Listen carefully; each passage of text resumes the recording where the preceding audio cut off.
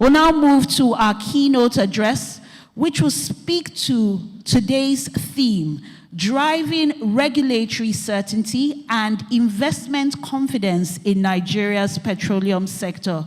Once again, it's an honor and a privilege to welcome a man who has dedicated his life to private and public service, working in various capacities, showing his legal acumen, his love for servant-based leadership, taking up various roles in government.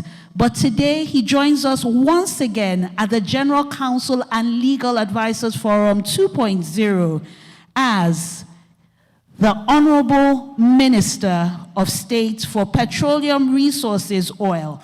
Please, I don't know about you, but I know that he deserves a standing ovation and a resounding round of applause.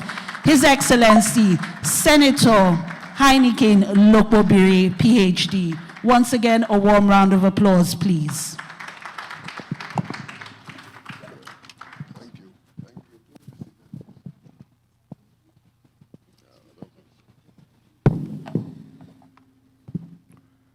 Thank you.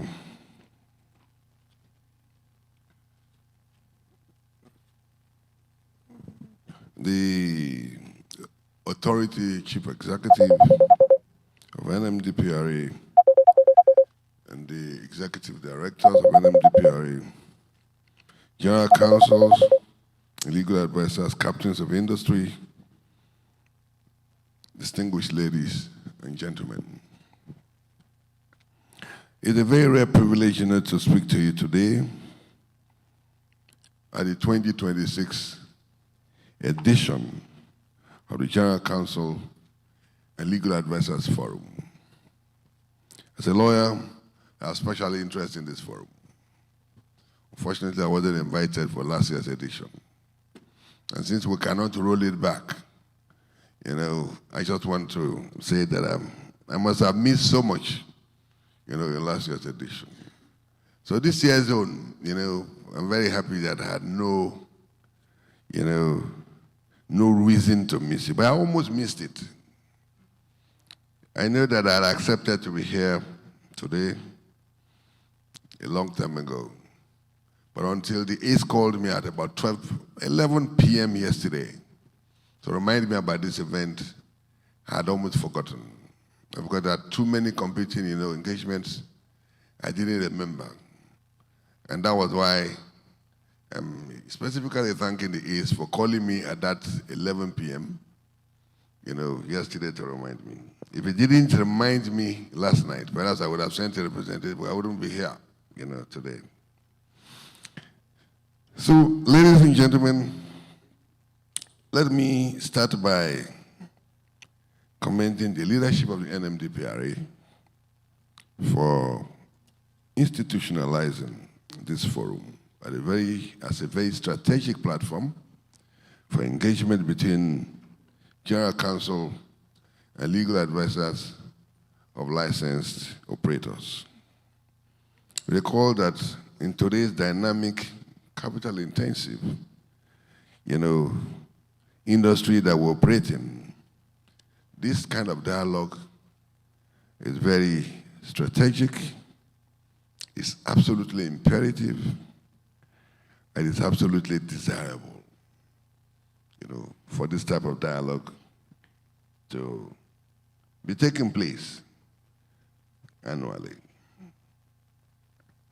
Therefore, the theme of this year's forum, Beyond Compliance, Driving Regulatory Certainty and Investment Confidence in Nigeria's petroleum sector, is very significant, but also very timely. And please permit me, to dwell on these two words, beyond compliance. These two words, I believe, are well crafted. They are not accidental. They represent a deliberate challenge to all of you in this room to be able to examine whether we've been asking the right questions as far as this industry is concerned. For far too long, the dominant question in our regulatory conversation has been, are operators complying? This question is very important. This question will always remain important, but it is no longer sufficient. Merely complying with extant regulations, laws, may not be sufficient. The more consequential question today is whether our regulatory agencies are doing their jobs. Our regulations, legal framework, clear, consistent, predictable, enough to earn the confidence investors need to commit their capital. Not just for the short term, but for the long term. In my opinion, compliance is just the foundation that we need to build on. Regulatory certainty is one of the most critical ingredients of attracting investors, to any country. Distinguished ladies and gentlemen, you agree with me that the global energy landscape is undergoing major transformation. You are aware of the geopolitical tensions, supply chain disruption, market volatility, and evolving global energy policies that continue to reshape the investment decisions across the world. Investors today are more discerning than ever before. Capital is increasingly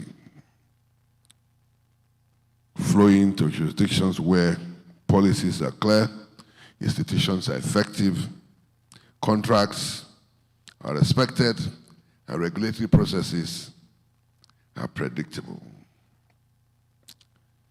Nigeria is competing in that kind of environment, as you will agree with me. And I want to be very direct with you. We are competing well since 2023. You agree with me, before 2023, we had a 10-year period where there was no investment in Nigeria. Today, we take about 70% of the investments that flow into the African continent. So we are competing well. That's not where I want us to be. But we must appreciate the little gains that we have made since 2023, so that can be a further inspiration for us to do a little more and attract as much more capital as we can attract. The PIA 2021 fundamentally changed the governance architecture of the petroleum industry. It established a transparent and commercially oriented framework designed to improve regulatory effectiveness, attract investment, and unlock the full potentials of the petroleum industry.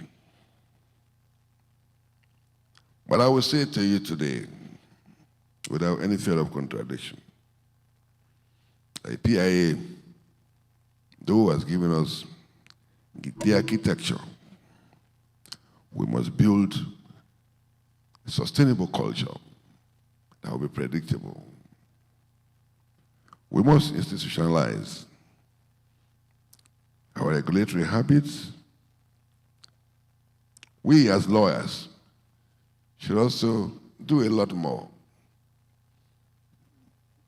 We're not just giving advice to our clients. That will give us short-term gains alone. But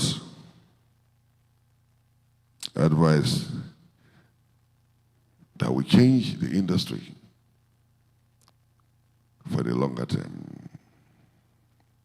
As a government, over the last 3 years, We didn't wait for perfect conditions, but we chose to implement reforms that we believe that will change, the industry. We developed guidelines in consultation with the industry in line with extant provisions of the PIA. So as to give enduring, legal force to the real intendment of the PIA. You also agree with me that the sector is fully deregulated. This was a decision that not even military presidents had the courage to take. Of the President Bola Ahmed Tinubu, GCLAF, in 2023 took the very bold decision with the sole intention of changing the industry forever.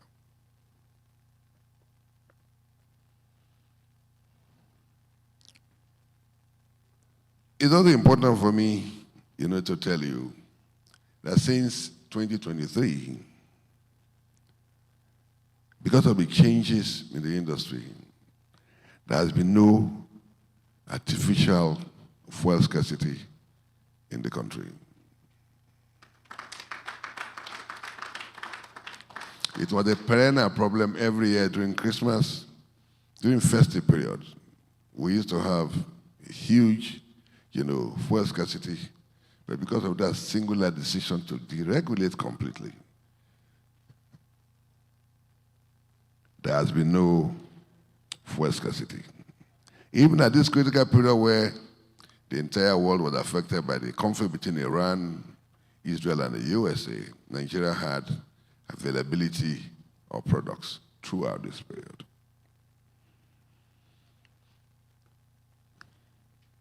Pricing is also another issue, and I think that is one issue that I want this forum to deal with today. As part of the requirements of deregulation, prices have to be determined by market forces. But NMDPRA has a unique responsibility conferred on it by the PIA to ensure that not just products are available, but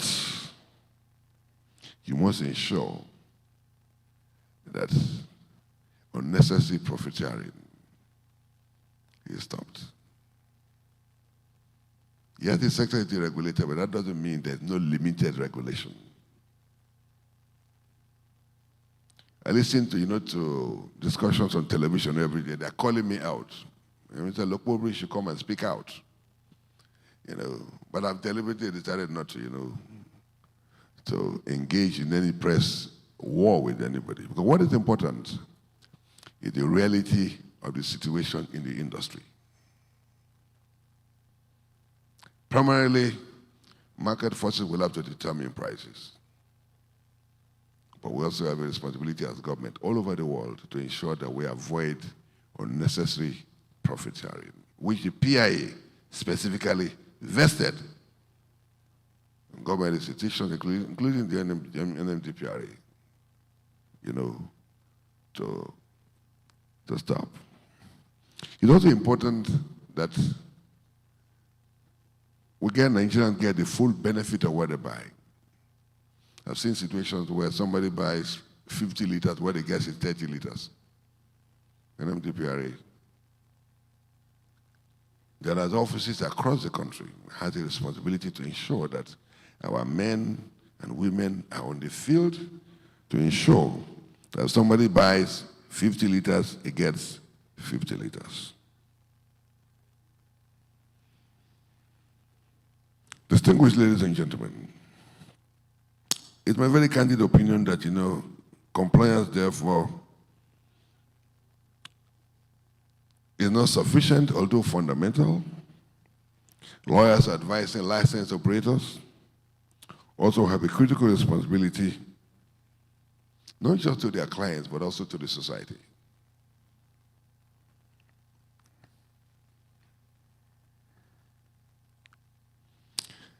This is where you lawyers, who are gathered in this room,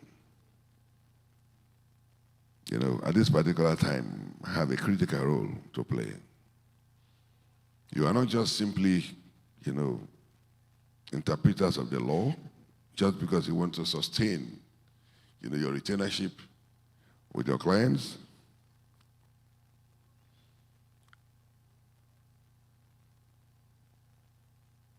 But you have a greater responsibility to the society and to our country. It's also important for me to state that this forum is so important. I wish it could be made biannually. I think that it will have, better opportunity for us to assess, every 6 months what has happened, and if there are corrections to be made, it could be made with a view to improving the situation. I believe that this forum, is carefully created with a view to ensuring that there's consensus built at all times. Where a regulation is ambiguous, you are the ones that your clients will call. When guidelines create questions, more questions than answers, you are the ones that will be called upon. When compliance obligation is technically met but commercially absurd, you are the one who will have to resolve the contradictions. But it's always better to resolve it in this room than to resolve it in a courtroom or in the court of public opinion. This is not, in my opinion, not a burden, but a strategic influence that you have in the society. The General Counsel is not just a gatekeeper. General Counsel should be a strategic partner in commercial decision-making, in regulatory alignment, and in national development.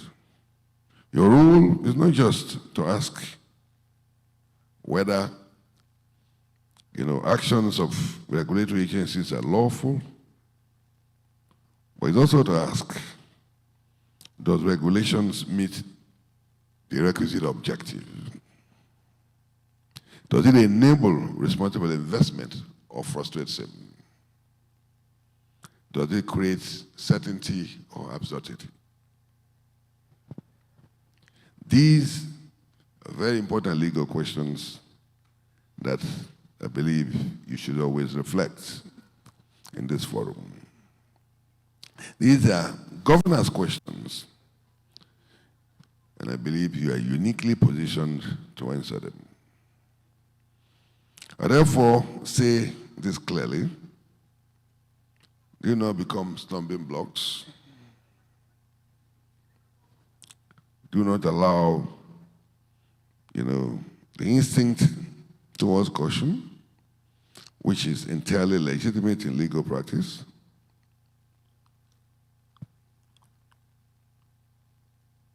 but always know that a law that is always, in existence to govern any situation is made by human beings, and sometimes you have to look at the broader objective of every law. No law is intended to get negative reaction or negative results. Every law is intended to improve or solve a particular problem. And I'm saying so not just as a lawyer, but somebody who spent, a greater part of my public career as a lawmaker. First as Speaker of Bayelsa State House of Assembly 27 years ago, and then as a Senator, of the Federal Republic, which I left about 11 years ago. Some people say I'm a former lawmaker. Yes, I agree.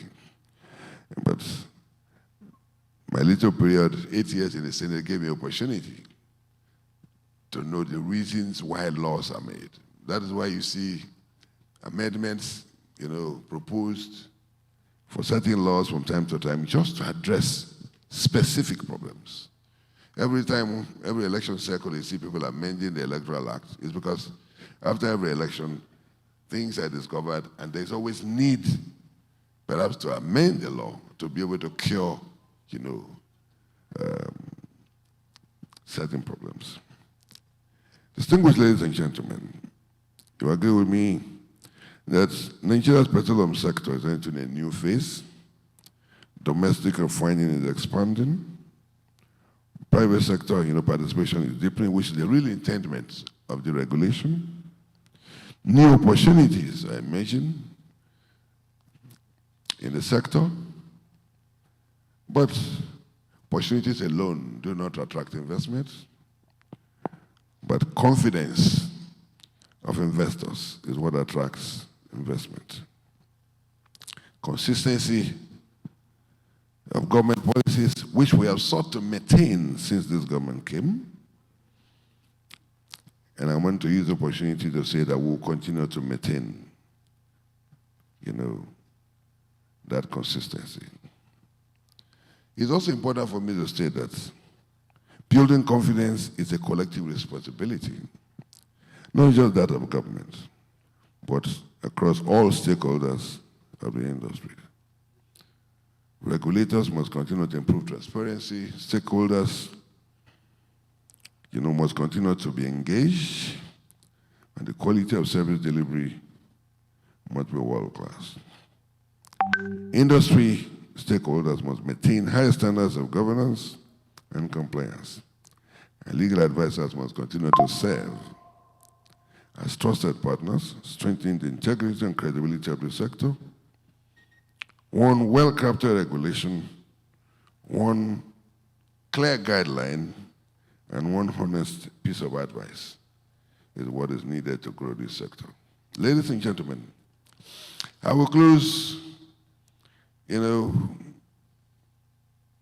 where this forum's own ambition may begin, with a conviction that participants in this room should leave here better equipped to interpret regulatory expectations, better equipped to guide internal compliance strategy, and better equipped to engage constructively with the NMDPRA going forward. Go beyond compliance. Ask harder questions in this forum. Demand clearer answers. And when the rules are not clear enough, say so. Because that feedback is how we can improve what we're doing. The insights generated here will remain within these walls, will not remain within these walls. They will inform better policy, better regulation, and better industry practice for the benefit of not just Nigeria, not just West Africa, but, the entire world. I want to conclude by thanking you for this very, very, very rare opportunity of speaking to you, and to say that by this time next year, I will not be here. I believe that by that time, we would have been out of office, and I won't be here. Even if I'm invited, I will come here as a former minister. But I want to specifically thank you for this opportunity given to me to be able to speak to you today. Thank you, and please, I wish you very fruitful deliberations.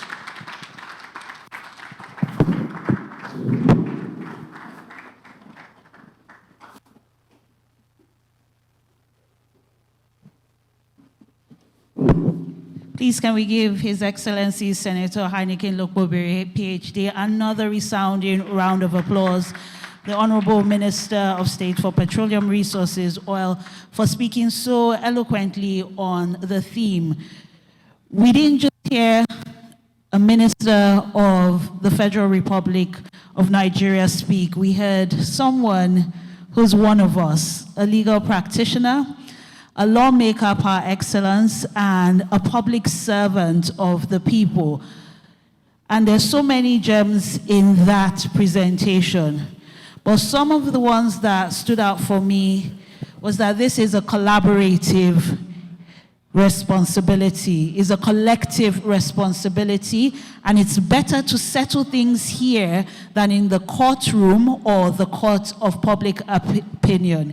Please can I invite once again to the stage for a presentation.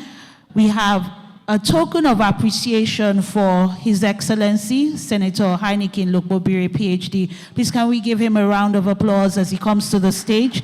And I would also like to invite the ACE NMDPRA, who will be accompanied by the executive directors present here from the NMDPRA.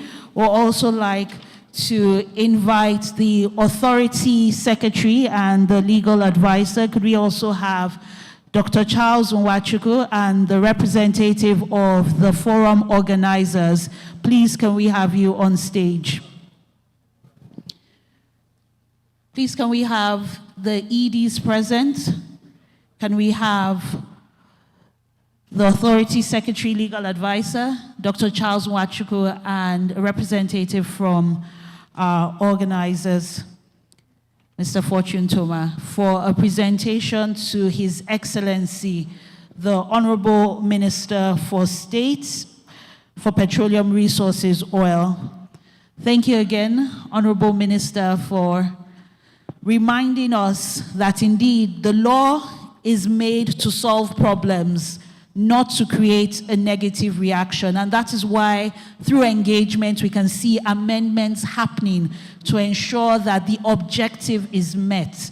And thank you for the charge you gave us, that we should go beyond implementing to truly understanding the intent of the law when it was created. So we're not just fulfilling all righteousness by obeying the law, but we're going a step further as general counsels, as members of the legal leadership teams across the different licensed operators to ensure the objectives are met and that our sector remains accountable, transparent, and investment friendly.